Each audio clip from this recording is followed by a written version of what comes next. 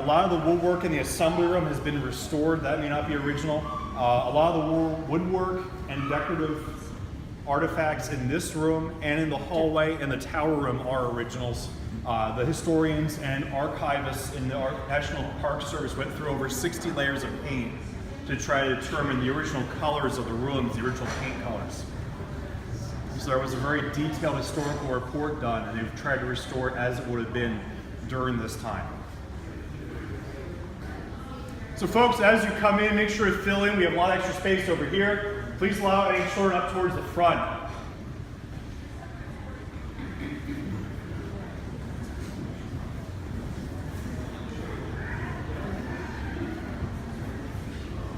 So the room we're standing in was originally the colony and later state of Pennsylvania's Supreme Court room. Independence Hall originally was the home of Pennsylvania's colonial and state government. So if you came here in 1776, this was the Pennsylvania State House, not Independence Hall. The courtroom we are in displays a lot of the rights and privileges that English subjects, Pennsylvania colonists, were protected under. The first of which you walk through coming into this room. Notice there are no doors in the large archways. As English subjects, Pennsylvania and Philadelphia citizens had the right to a fair and public trial. They also had the right to a trial by a jury of their peers. We have the jury boxes and the grand jury box. And behind me, the bench where the judges would have sat. Above there is a statue symbolically representing the scales of justice. So a lot of the rights and privileges that British subjects enjoyed are exemplified right in the architecture in here. Defendants would have literally stood trial where I'm standing in the defendant's dock. Now folks, this is something we've removed from the American legal system. Even if I'm innocent until proven guilty, if I'm standing in something that essentially resembles a cage, I may not look very innocent. We've changed that in our legal system, and we've also decided it may not be a good idea to have the opposing attorneys at the same table. Attorneys, the defendant, and the jury would have literally passed the bar that you are standing in. And members of the Philadelphia public would have been standing right where you are, observing and hearing cases. Now, of all the different listings, the 25 different grievances that Thomas Jefferson and other individuals wrote in the Declaration of Independence, taxes are only one of them. A lot of the others had to do with legal protections, economic changes and reforms that were made by the British government. One of which was the removal of your right to a trial by jury. As smuggling increases due to the economic reforms, trade restrictions, and taxes imposed by Great Britain before the American Revolution, increasingly smugglers and individuals accused of that are put on trial. Now folks, if you are relying on those cheaper goods that smugglers bring in, or if you yourselves are smuggling, are you going to find someone guilty? No. So Great Britain starts to wise up, and they remove your right to a trial by jury. Instead, you're going to be tried by a panel of British naval officers, or shipped back to England for trial. That was a very important grievance that they list in the Declaration of Independence. I encourage you guys to look it up and read those different grievances. Now, another thing I want to draw your attention to is the original crest of the state of Pennsylvania. That is the original painting, but it is not what originally hung there in 1776 or earlier. Anyone have a guess of what was there? King. So in 1776 and earlier, you would have the royal crest of King George. Just like how the American flag hangs in classrooms, and how the American flag is displayed at sporting events where we say the Pledge of Allegiance, the national anthem. This was extremely symbolically important. It showed that the royal authority oversaw and gave permission to everything that occurred in this room. Now, why don't we have these anymore? What happened to the originals? Any ideas? July 8th, 1776. The first public reading of the Declaration of Independence occurs right outside this very building. Immediately afterward, members of the Pennsylvania militia will march in. They will remove them and rip them off the wall. They will drag them up Market Street. They weigh over 200 pounds. They will burn them. This is an extremely important symbolic act of treason. This represents the king's authority. And by destroying it, it's symbolic of the change that's occurring throughout the colonies. The removal of crown authority for colonial self-government. Now, folks, I want to ask you an important question. And it's symbolic of the rights and privileges that citizens had, but felt they were threatened from losing. So I want to ask you guys, do you feel that government and law protects its citizens?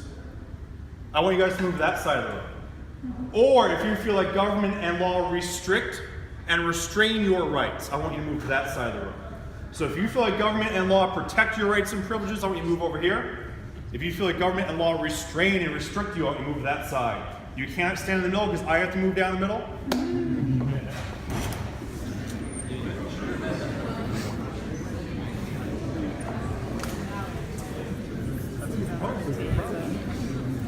Well, I think that's the point. All right, you guys got to shift to one side or the other. You need a clear dividing line. So I'm sure a lot of you are wondering, why are you asking me questions? We're on vacation. I am not reporting this to the government. This is not being recorded. However, this is a simple example of the very complicated, very personal decision individuals had to make in that very room in 1776. It divided communities. It divided families. People were unsure of the outcome. If you chose that government and law protected your rights, and you enjoyed the protections of the English government. By the way, England's the largest military navy in the world. They just had a stunning victory over France, their biggest competing naval and military competitor. Completely defeated them about a decade earlier. So if you remained loyal to Great Britain, a lot of loyalists would lose their lives fighting for that belief. They would lose their property and their livelihood. Many would have to flee after the American Revolution to Nova Scotia and Great Britain. Individuals who chose to fight for the protections of their liberties and felt that the English government was restraining their rights. Many people lose their lives fighting for 8 years in the American Revolution. Many people lose their rights and their livelihoods and their properties in doing so. I encourage all of you to look up the founding fathers, specifically the signers of the Declaration, and learn their fates and what happened to many of them. And this was a personal decision.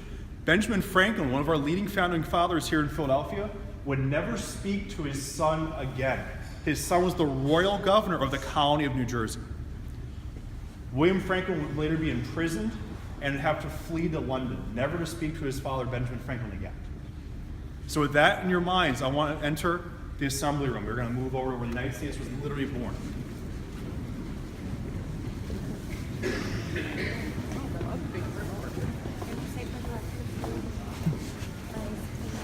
Você foi pro lado errado. Folks, as you sit, please move to either side so everyone can fit inside.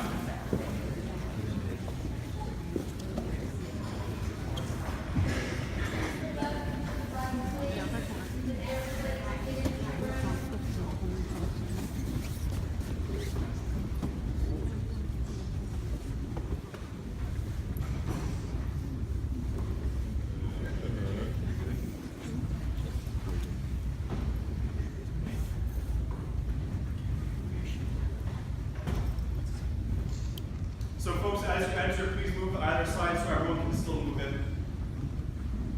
Make sure to fill the sides so everyone can fit with our large group today.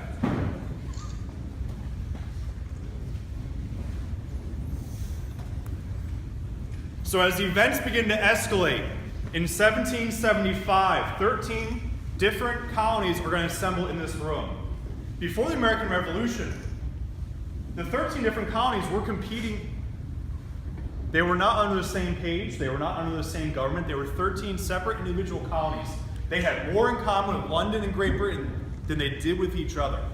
And we have to keep that in mind. They will assemble here in 1775 to try to figure out how to deal with this challenge Great Britain has put upon them, these economic reforms, these sanctions. Independence is still not really spoken about in public. But events will occur at Lexington and Concord and Bunker Hill in Massachusetts, and fighting will begin. So essentially, the revolution's already started while these men are still meeting here. Some of the New England colonies begin to talk about and discuss independence from Great Britain. Other colonies are vehemently opposed to the concept.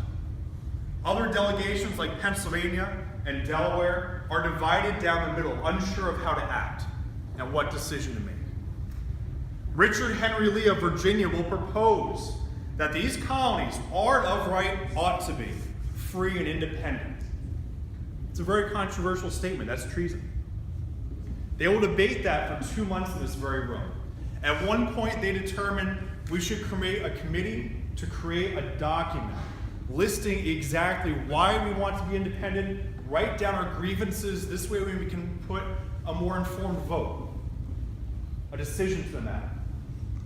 John Adams of Massachusetts, Robert Livingston of New York, Roger Sherman of Connecticut, Benjamin Franklin of Pennsylvania, and Thomas Jefferson of Virginia will be tasked with creating this document. Thomas Jefferson and the others will create the Declaration of Independence and propose it in front of the delegation from all the different colonies. And after 2 months of debate, they will vote for independence, 12-0. Unanimous vote. Now, New York does not vote, they abstain, but it is unanimous. The die is cast.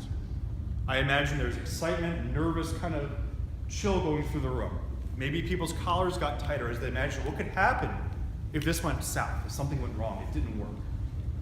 We know from John Adams writing home to Abigail in Massachusetts that he felt this day was a day that should be celebrated with pomp and parade, fireworks and festivities. But he's discussing July 2nd.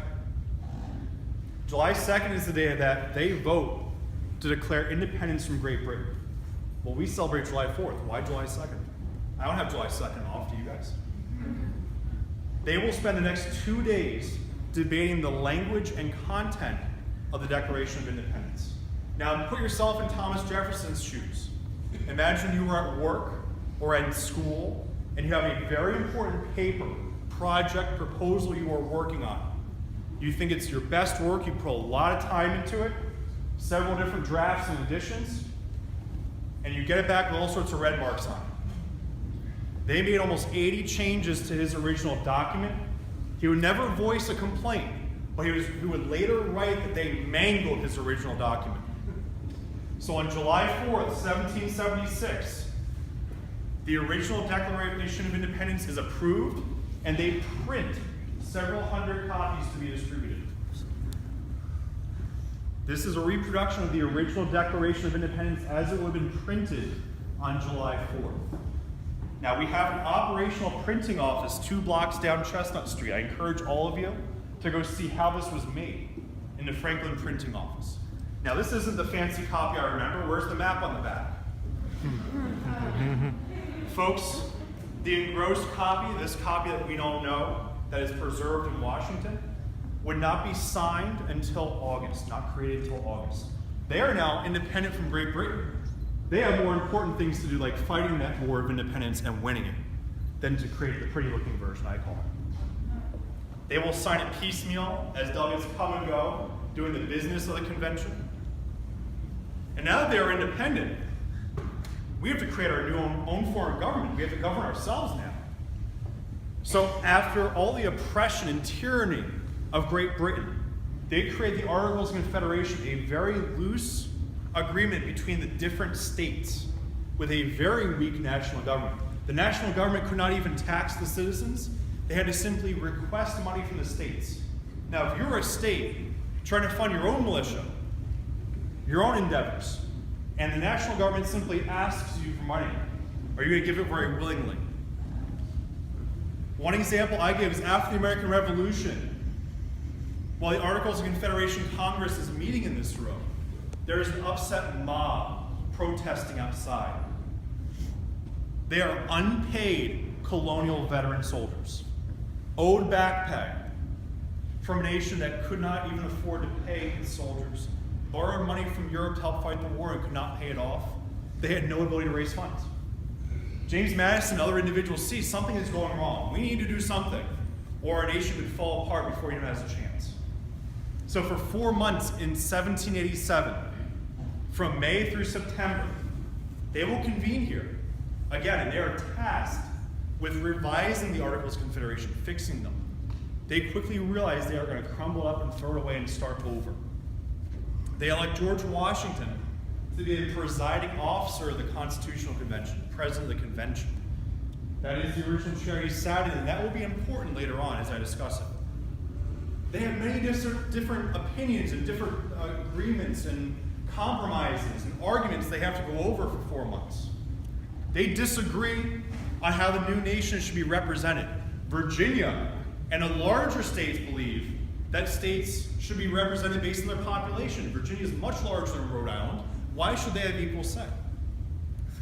New Jersey and Delaware stand up and say, whoa, we just fought Great Britain for 8 years against the tyranny of England. Why should we allow the tyranny of the larger states over the smaller ones?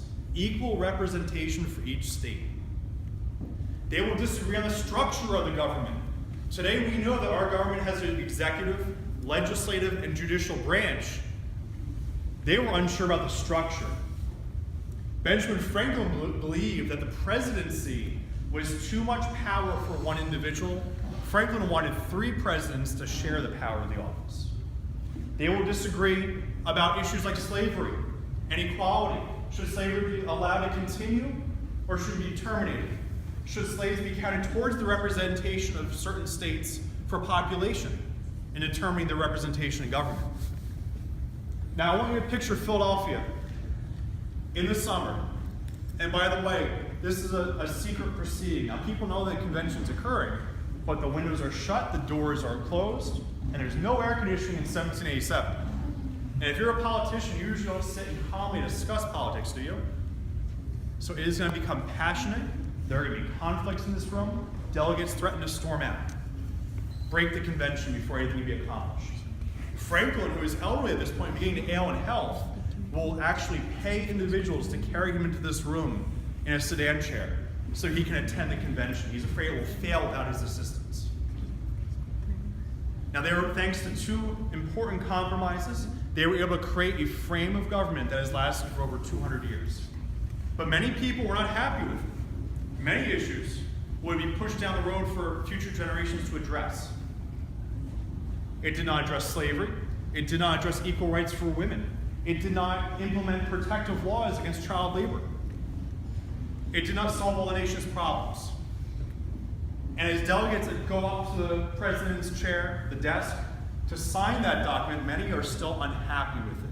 They don't know the nation will succeed. They are afraid it will fail again, like the first frame, the first attempt did. But Franklin looks up at the chair that Washington is sitting in, and he specifically points out the carving of the sun on the back of that chair. And the delegates are signing the Constitution. He will state that throughout the proceedings, I have often gazed upon this sun, often wondered if it is rising or setting. But I now have the joy to know it is in fact rising. A greater metaphor for either the future success or failure of our fledgling nation. So folks, I want to thank you for visiting today. And I encourage you, each of you, go out and spend some time possibly reviewing the Declaration of Independence and the Constitution and the fate of many of our founding fathers. So thank you for visiting today. At this point, we will exit the building out the right side. If you have any questions, I will be available out front for a brief moment.